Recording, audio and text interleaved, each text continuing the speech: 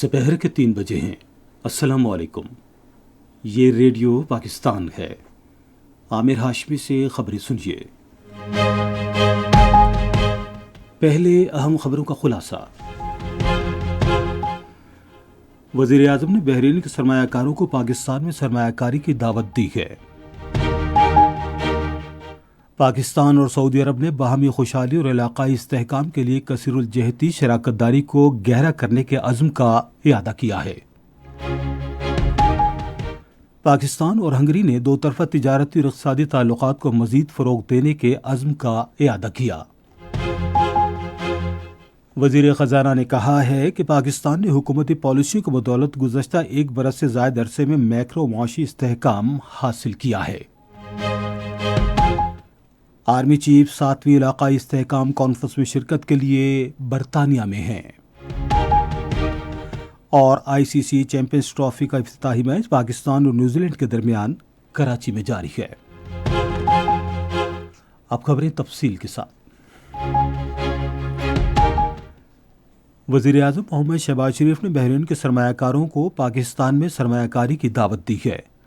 وہ آج اسلام آباد میں کونسل آف ریپرزینٹیٹیوز کے اسپیکر احمد بن سلمان المسلم کی قیادت میں بحرین کے 11 رکنی پارلیمانی وفد سے بات چیت کر رہے تھے۔ شہباز شریف نے دونوں ممالک کے درمیان تجارتی حجم کو مزید بڑھانے کی ضرورت پر زور دیا۔ انہوں نے کہا کہ پاکستان اور بحرین کے درمیان برادرانہ تعلقات انتہائی مضبوط، مشترکہ عقیدے، تاریخ اور ثقافت پر مبنی ہیں۔ غزہ کی صورتحال پر بات چیت کرتے ہوئے وزیر اعظم نے کہا کہ امت مسلمہ سے مطالبہ کیا کہ وہ غزہ اور فلسطین کے بھائیوں اور بہنوں کی مدد کے لیے اپنی کوششیں تیز کرے۔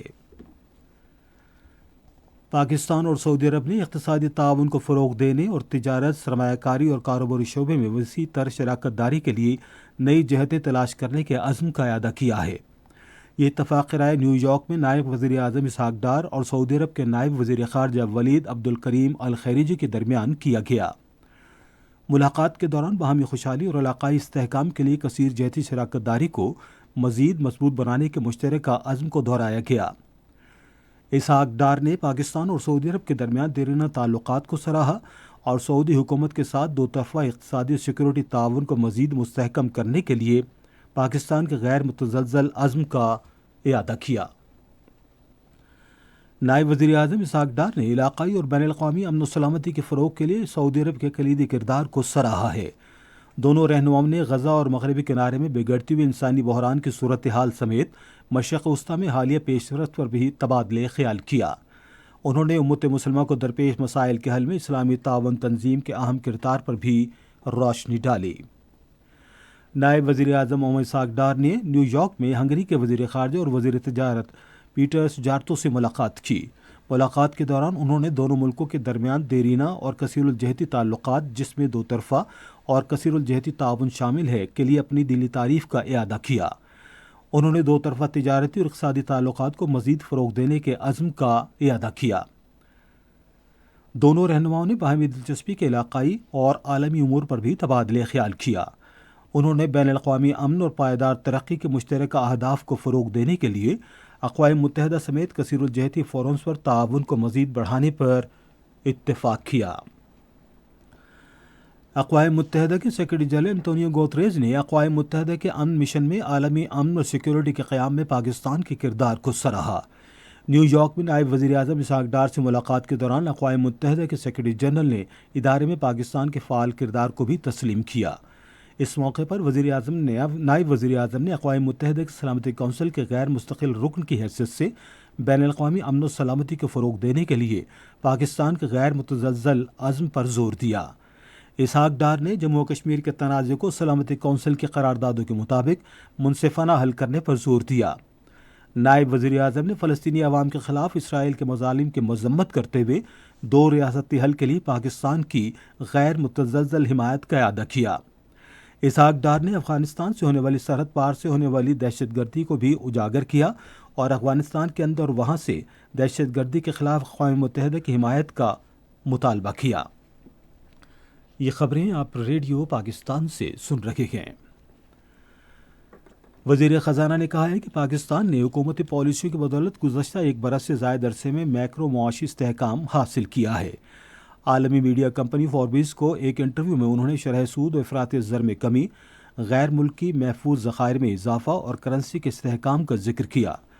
ڈھانچہ جاتی اصلاحات اور مقامی سرمایہ کاروں کی حوصلہ افزائی کی اہمیت کا حوالہ دیتے ہوئے محمد اورنگزیب نے کہا کہ حکومت کا حتمی مقصد سرمایہ کاری کے حصول کے لیے مستحکم معاشی ماحول قائم کرنا ہے۔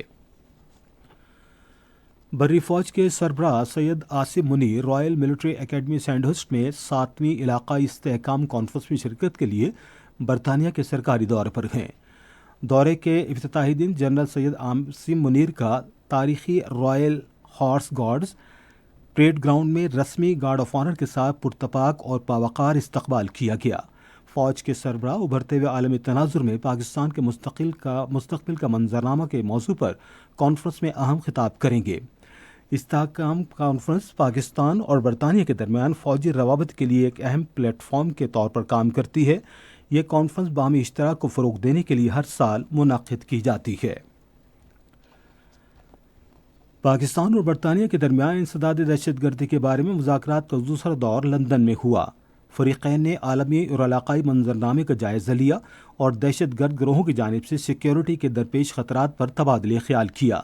اس موقع پر تازہ ترین بین الاقوامی رپورٹس کی روشنی میں افغانستان کی صورتحال اور خطے پر مرتب ہونے والے اس کے ممکنہ خطرات پر بھی غور کیا گیا۔ فریقین نے دو طرفہ تعاون جاری رکھنے اور انسداد دہشت گردی کے شعبے میں اشتراک کے نئے مواقع تلاش کرنے پر توجہ مرکوز کی۔ گرین پاکستان انیشیٹو کا فلیگ شپ پروجیکٹ فون گرو لائف سٹاک کے شعبے میں پائیداری کے حصول میں نمایاں پیش رفت کر رہا ہے۔ فون گرو کی ٹیم برازیل کے ماہرین کے ساتھ مل کر مویشیوں کے معیار اور پیداواری صلاحیت کو بڑھانے کے لیے کام کر رہی ہے۔ فون گرو نے تحقیق اور ترقی کے ذریعے مویشیوں کی افزائش کے معیار کو بہتر بنانے کے عزم کا اعادہ کیا۔ خصوصی سرمایہ کاری سہولت کونسل کے تعاون سے فون گرو لائف سٹاک کے شعبے میں مزید اختراعات اور ترقی کی منصوبہ بندی کر رہی ہے۔ پاک بحریہ اور سعودی بحریہ کی اسپیشل آپریشن فورسز کے درمیان مشترکہ بحری مشق افاق الساحل کراچی میں اختتام پذیر ہو گئی۔ مشق کے دوران پاک بحریہ اور رائل سعودیہ نیوی دونوں کی اسپیشل ٹیموں نے مشترکہ تربیتی آپریشنز میں شرکت کی۔ تربیتی مشقوں میں RPG firing, machine gun firing, close quarter combat, practical rappelling, hostage rescue, mission planning اور جدید طریقے سے استعمال کرتے ہوئے علاقہ صاف کرنا شامل ہے۔ مشترکہ مشق کا بنیادی مقصد دونوں ممالک کی بحری افواج کے درمیان رابطے اور حکمت عملی کی مہارت میں اضافہ کرنا تھا۔ یہ مشق سمندری سلامتی کے چیلنج سے نمٹنے کے لیے باہمی صلاحیتوں اور رابطے کو مستحکم بنانے میں معاون ثابت ہوگی۔ صدر آصف علی زرداری، وزیر اعظم شہباز شریف اور وزیر اعلیٰ بلوچستان میر سرفراز بٹکی نے بلوچستان کے علاقے بارکھان میں 7 مسافروں کی ہلاکت کی پرزور مذمت کی ہے۔ امن و انصاف کے عالمی فورمز کے چیئرمین ڈاکٹر غلام نبی فائی نے عالمی برادری کی توجہ بھارت کے غیر قانونی زیر قبضہ جموں و کشمیر کے تحت زندگی بسر کرنے والے عوام کے اقتصادی، سماجی اور ثقافتی حقوق کی بدترین صورتحال کی طرف مبذول کرائی ہے۔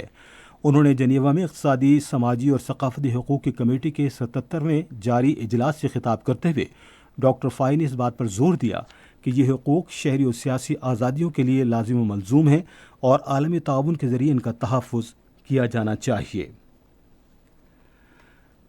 کراچی میں ICC چیمپئنز ٹرافی 2025 کے افتتاحی میچ میں نیوزی لینڈ نے پاکستان کے خلاف اب سے تھوڑی دیر پہلے تک 13 اوورز میں 63 رنز بنائے تھے اور اس کے 2 کھلاڑی آؤٹ ہوئے تھے۔ اس سے پہلے پاکستان نے ٹاس جیت کر فیلڈنگ کرنے کا فیصلہ کیا تھا۔ اور اب موسم۔ محکمہ موسمیات کی پیشگوئی کے مطابق آئندہ 12 گھنٹوں کے دوران شمال مشرقی بلوچستان، پنجاب، اسلام آباد، خیبر پختونخوا، کشمیر اور گلگت بلتستان میں گرج چمک کے ساتھ بارش اور پہاڑوں پر برف باری کا امکان ہے۔ گلگت بلتستان، بالائی خیبر پختونخوا اور کشمیر کے چند مقامات پر تیز برف باری کا امکان ہے، جبکہ وسطی پنجاب اور شمالی بلوچستان میں رات کے اوقات میں چند مقامات پر ژالہ باری متوقع ہے۔ آج ریکارڈ کیا گیا بڑے شہروں کا درجہ حرارت: Islamabad 24 degree centigrade, Lahore 26، Karachi 31، Peshawar 23، Quetta 11، Gilgit 16، Murree 13، Muzaffarabad 22، سری نگر 14، جموں 24 اور لیہ 0 ڈگری سینٹی گریڈ۔ اسی کے ساتھ خبریں ختم ہوئی۔ مزید خبروں اور تجزیوں کے لیے آئی ہماری ویب سائٹ پر radio.gov.pk اور فیس بک کے link radio Pakistan news official پر براہ راست ویڈیو اسٹریمنگ بھی ملاحظہ کیجیے۔